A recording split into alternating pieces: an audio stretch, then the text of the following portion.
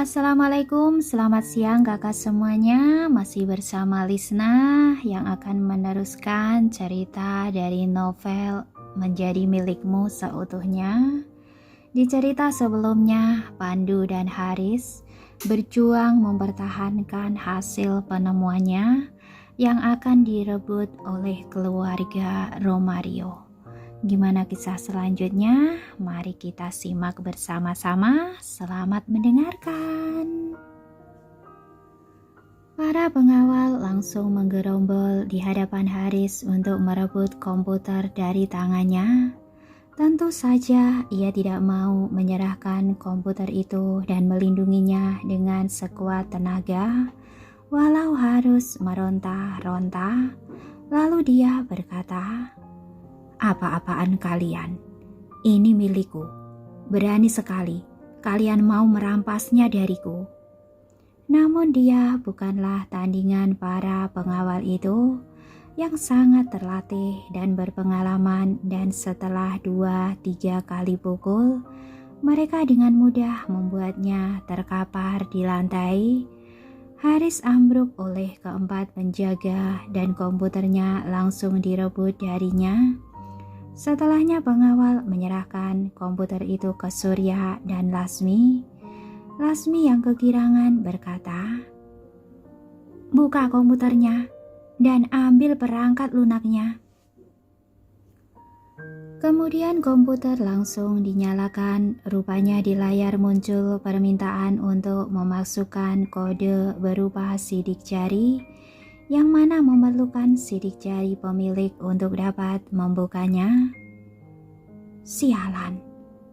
Seketika kebahagiaannya meredup dan berganti dengan amarah dan memerintah, "Bawa bocah tengik itu kemari dan ambil sidik jarinya untuk membuka komputer ini." Baik. Pengawal itu langsung bergegas maju dan menyeret Haris. Dengan paksa, dia memaksa tangan Haris ke atas komputer untuk membuka layarnya. Saat itu, Pandu gemetaran karena sangat marah. Siapa yang mengira Lasmi berbisa akan bertindak segila ini? Awalnya dia ingin temannya datang hanya untuk mengatasi masalah ini, tetapi yang terjadi malah sebaliknya. Justru menyebabkan temannya diperlakukan sekasar ini. Dia merasa sangat marah sampai wajahnya berubah ungu. Merasa amarah di dadanya memuncak, dia pun berteriak, "Kalian, lepaskan dia!" Tiba-tiba dengan dia berlari menyeruduk para pengawal bak binatang buas, mencoba menarik Haris dari paksaan mereka. Namun Surya tidak rela melepaskan Haris dan melangkah maju untuk mendorong Pandu ke samping. "Bocah tengik, jangan menghalangi. Pergi sana." Karena kaki Pandu masih lemah, dorongan Surya membuat tubuhnya limbung dan jatuh terhuyung-huyung ke belakang. Dia tersungkur ke lantai, kepalanya membentur keras ujung meja yang ada di sebelahnya, dan rasa sakit menembus ke seluruh kepalanya. Pandu meringis kesakitan, lalu tiba-tiba darah segar dan hangat mengucur keluar dari dahinya. "Pandu, Pandu!"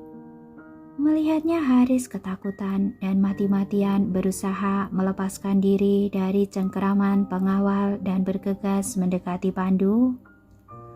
Sayangnya Lasmi tidak memberinya kesempatan sedikit pun untuk kabur. Dia pun berteriak dipenuhi keamarahan, "Tahan dia. Hari ini aku harus membuat dia membuka komputer itu." Sekumpulan pengawal itu harus mengerahkan kekuatan yang lebih besar untuk menahan Haris dan tidak membiarkannya bergerak sama sekali. Dalam sekejap kegaduhan terjadi saat Pandu menyeka darah yang mengalir deras dari dahinya, sementara Haris meronta-ronta seperti orang gila, dan Lasmi ekspresinya lebih mengerikan daripada orang yang tidak waras, dan Surya sedang menganga sangat terkejut. Tepat saat itu, pintu utama tiba-tiba terbuka dan suara tendangan yang keras dan tak lama sekumpulan polisi menyerbu masuk ke dalam. "Jangan bergerak." Hampir semua orang di dalam rumah itu terkejut setengah mati. Mereka melihat beberapa polisi masuk dengan mengangkat pistol. Salah seorang dari mereka bicara dengan tegas dan dingin. "Lasmi dan Surya Romario, dengan ini kalian dicurigai telah menculik Pandu Romario. Segera kalian menyerahkan diri dan harap bersikap kooperatif dengan kami." Surya dan Lasmi sangat kaget sehingga tidak berani bergerak. Sementara para pengawal sangat ketakutan sampai kaku mengatung. Haris yang akhirnya terbebas segera berlari dan mengangkat Pandu. "Pandu, bagaimana keadaanmu? Apakah kamu baik-baik saja?" Di waktu bersamaan Tiara berlari masuk. Jelas sekali para polisi ini telah datang atas kehendaknya. Ketika berada di kantor polisi, polisi awalnya menolak membantunya mencatat laporan. Dia begitu putus asa sampai tidak tahu apa yang harus dilakukan.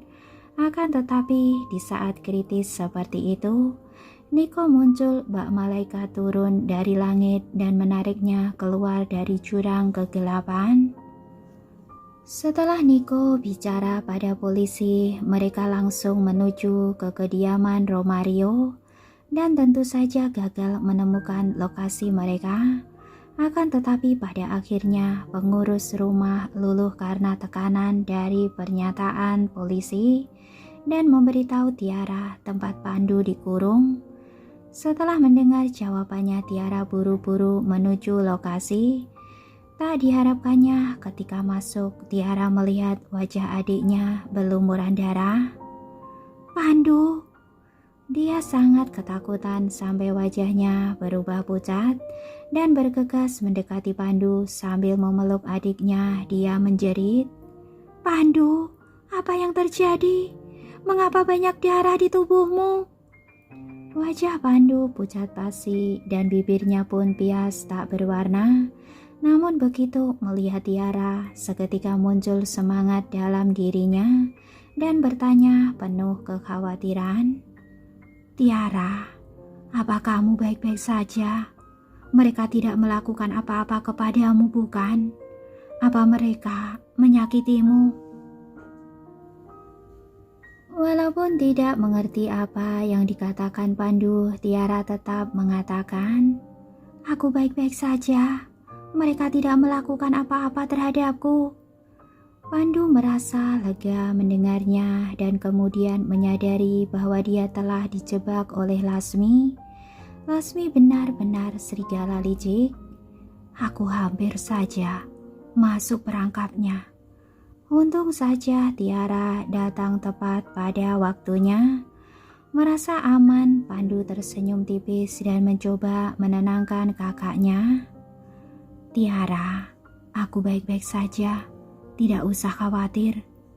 Mendengar pernyataannya, hati Tiara terasa hancur berkeping. "Bagaimana bisa? Aku tidak khawatir." Lalu dengan lembut dia bertanya pada Haris, "Kamu pasti teman kelas Pandu kan?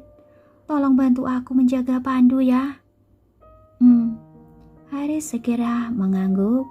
Setelah itu Tiara berdiri dengan amarah meluap-luap. Matanya merah padam dan aura dingin memancar dari tubuhnya. "Siapa yang sudah mendorongnya?" Dia bertanya dengan wajah serius. Surya gemetar tetapi menghindar menatap Tiara karena merasa bersalah. Seketika itu Tiara memandangnya tajam. "Apakah kamu?" Saat ini juga Lasmi merasakan amarah muncul di dalam dadanya dan berteriak, "Tiara, anak macam apa kamu ini? Sungguh lancang kamu berbicara seperti itu pada ayahmu dan bahkan nekat memanggil polisi ke sini. Apa kamu sudah gila?" Tiara memelototinya dengan dingin dan dengan tiba-tiba menampar Lasmi tepat di wajahnya. Lalu dia mengatupkan rahang dan menggetakkan giginya sambil berkata, "Dasar perempuan laknat. Benar, aku pasti sudah gila mengira kalian akan bersikap baik kepada Pandu karena dia memiliki hubungan darah dengan keluarga ini. Tetapi rupanya aku sudah meremehkan kekebalan hatimu. Dengar Lasmi, hatimu sangat kotor. Aku tidak akan membiarkan masalah ini berlalu begitu saja." Setelah menyelesaikan kalimatnya, Tiara menoleh ke arah polisi dan berkata dengan sungguh-sungguh, "Pak polisi, merekalah yang sudah menculik adikku. Segera tangkap mereka sekarang juga." Kemudian polisi baru saja hendak melangkah maju, Surya dan Lasmi panik dan bingung. Untuk sesaat, Lasmi lupa bahwa dia baru saja ditampar dan segera menjelaskan, "Pak polisi, ini hanya salah paham. Sebenarnya ini masalah keluarga saja. Hanya perselisihan antar anggota keluarga. Jadi bagaimana bisa Anda menduga kami sudah menculik Pandu? Pak polisi, jangan dengarkan omong kosong gadis ini." Surya juga ikut bicara sambil gugup. Iya, benar. Ini hanya konflik di dalam keluarga. Selain itu, saya adalah ayah kandung mereka. Dan alasan saya membawanya ke sini adalah hanya untuk membicarakan beberapa hal. Kami ingin mendiskusikan beberapa urusan pribadi dan sama sekali bukan penculikan. Dia merogoh sebungkus rokok dari saku celananya lalu memberikannya kepada para polisi satu persatu sambil tersenyum licik. "Maaf, telah membuat kalian repot datang ke sini dan tak mendapatkan apa-apa. Kuharap kalian tidak keberatan. Bagaimanapun juga, setiap keluarga pasti memiliki konflik. Nanti, bila perselisihan sekeluarga kami selesai, kami pasti akan mengundang kalian semua makan malam." Di luar dugaan, polisi melirik tajam dan dingin ke arahnya. "Pak Romario, apa maksud Anda? Kami di sini untuk menunaikan tugas, bukan untuk menerima suap." Wajah Surya tiba-tiba menegang dan secepatnya menjelaskan sambil tersenyum, "Tidak, Pak Polisi. Bagaimana bisa ini dikatakan sebagai menyuap? Hanya saja ada kesalahpahaman dan saya tidak ingin menyusahkan Anda." Sambil mendengus, Pak Polisi menjawab dengan serius, "Salah paham. Tapi dari penyelidikan kami, ini bukanlah salah paham. Anda telah secara paksa menculik anak ini dari gerbang kampus tanpa persetujuan darinya. Kami mendapat konfirmasi dari kamera pengawas yang terpasang. Selain itu, pengawal Anda menghimpit anak muda ini ke lantai dan kami melihatnya dengan mata kepala sendiri. Mengenai Pandu, kepalanya masih terus berdarah, bahkan hingga saat ini. Bagaimana? Semua ini dikatakan mengada-ngada.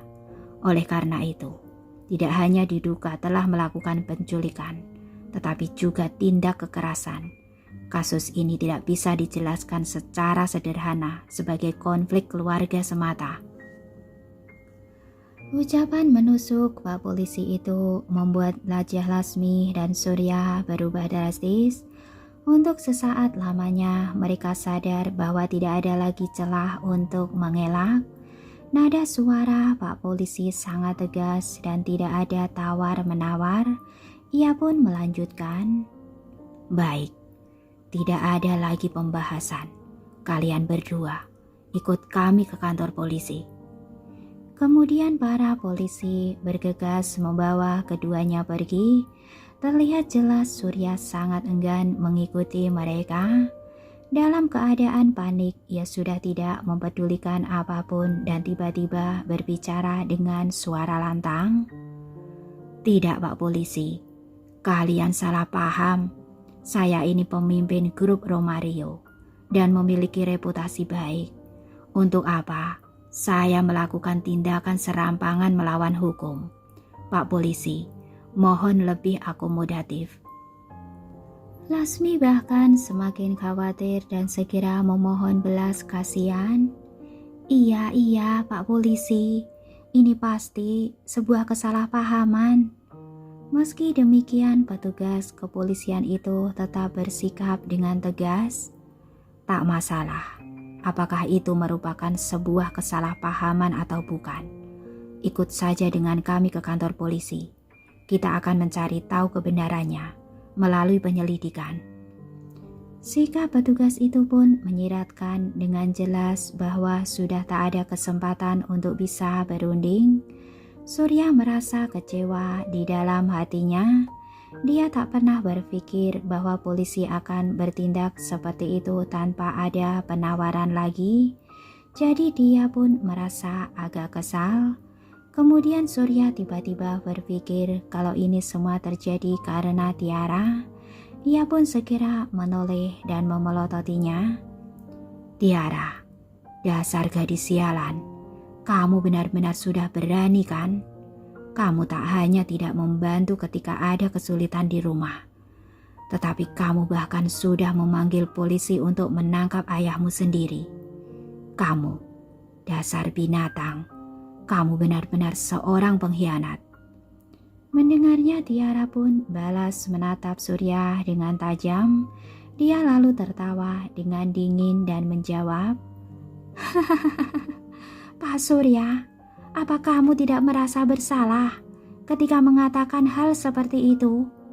Pak Surya, apa kamu masih ingat bagaimana kamu sudah mengusirku dan adikku dari rumah kalian bertahun-tahun yang lalu? Saat itu, aku rela memohon padamu untuk menyelamatkan nyawa saudaraku, tetapi kamu tak pernah peduli. Dan sekarang, kamu berusaha menuduhku sebagai seorang pengkhianat dalam keluarga. Maaf saja, tapi kamulah yang lebih cocok dikatakan seperti itu daripada aku. Dan tindakan yang seperti binatang, kamu tampaknya juga lebih cocok untuk dikatakan sebagai binatang daripada aku, kan? Sejak awal, kamu tak pernah peduli dengan nyawa adikku. Tetapi sekarang, saat kamu melihat kalau dia bisa dimanfaatkan, kamu pun segera berusaha untuk mengakuinya sebagai anak. Kurasa hanya kamu yang cukup tak tahu malu untuk menculik anakmu sendiri. Sejujurnya, jika kamu bahkan memang tidak malu dengan hal itu, akulah yang merasa sangat malu padamu. Kamu. Mendengar hal itu, Surya pun merasa sangat marah hingga emosinya hampir meledak. Tiara, aku tantang kamu untuk mengatakannya sekali lagi. Alis Tiara pun tampak menegang karena kebrutalan Surya. Memangnya, kenapa kalau aku mengatakannya? Semua orang juga sudah mengetahui orang seperti apa dirimu yang sebenarnya.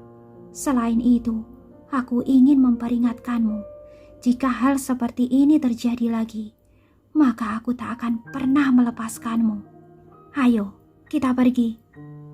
Setelah mengatakan hal itu, Tiara lalu membungkuk dan memapah Pandu, bersiap untuk membawa adiknya itu ke rumah sakit. Polisi juga sudah maju tanpa bicara apa-apa lagi dan berniat untuk membawa Surya dan Lasmi untuk pergi ke kantor polisi. Surya pun tampak kebingungan ketika mengingat kalau dia adalah seorang pimpinan di grup Romario. Jika tersiar kabar kalau hari ini aku dibawa ke kantor polisi, apa yang akan dipikirkan orang di luar sana? Karena memikirkan hal itu, ia pun langsung berteriak dengan kuat dan marah. Tiara, berhenti di situ. Apa kamu yakin ingin melakukan hal ini padaku? Aku ini ayahmu.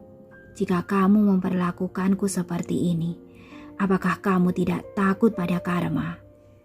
Ketika Tiara mendengar kata-katanya, dia pun berhenti dan segera berbalik. lalu tersenyum dengan sinis. Benarkah? Aku tak tahu apakah aku akan menderita karena karma. Tetapi setidaknya aku tahu bahwa inilah saatnya bagimu untuk dihukum atas semua hal buruk yang telah kamu lakukan di masa lalu. Nikmati saja, itu semua adalah hasil perbuatanmu sendiri. Setelah mengatakan itu, dia pun segera memapah adiknya dan pergi tanpa melihat lagi ke belakang. Tak peduli berapa banyak Surya dan Lasmi berteriak di belakangnya, Tiara sudah tak mau menghiraukan mereka. Dasar orang-orang bodoh, masihkah mereka akan melakukan semua perbuatan itu jika mereka mengetahui kalau akan menghadapi hukuman seperti hari ini? Tak lama kemudian semua orang keluar dari rumah itu. Saat ini Rolls Royce berwarna abu-abu gelap yang mewah masih menunggu di pinggir jalan. Setelah ragu-ragu sejenak, Tiara lalu berjalan perlahan bersama adiknya dan mengetuk jendela mobil dengan pelan. Kaca jendela mobil segera meluncur ke bawah, memperlihatkan wajah sempurnanya Niko dan auranya yang kuat. Tanpa sadar Tiara pun menggigit bibirnya. Meskipun merasa khawatir, tetapi ia tetap bertanya, Pak Niko, karena sulit untuk mencari taksi di daerah sini, jadi maukah kamu mengantar kami ke rumah sakit? Niko mengangkat tatapannya yang dingin dan melirik kening Pandu yang sudah berlumuran darah, lalu membiarkan mereka masuk tanpa mengucapkan sepatah kata pun. Saat itu Haris juga mengikuti mereka. Dia masih memegang sebuah laptop di tangannya dan juga terlihat beberapa memar di tubuhnya. Jadi dia pun ikut pergi ke rumah sakit bersama dengan mereka. Di sisi lain, Surya dan Lasmi sudah digiring ke mobil polisi dengan paksa. Sofia belum pernah menghadapi kejadian seperti itu sebelumnya, jadi dia merasa begitu ketakutan di dalam hati. Wanita itu pun segera menyusul mereka lalu memanggilnya dengan nada yang putus asa. Ayah, Ibu. Sofia. Mata Lasmi sudah berlinangan air mata. Di sisi lain, Surya tampak bersikap lebih tenang. Sebelum pria itu pergi, dia sudah memastikan untuk memberitahukan pada putrinya apa yang harus dilakukan selanjutnya. Sofia, jangan khawatir. Bicaralah dengan Pak Ferry, pengacara di perusahaan kita, dan mintalah bantuannya untuk membebaskan kami. Apa kamu sudah mengerti?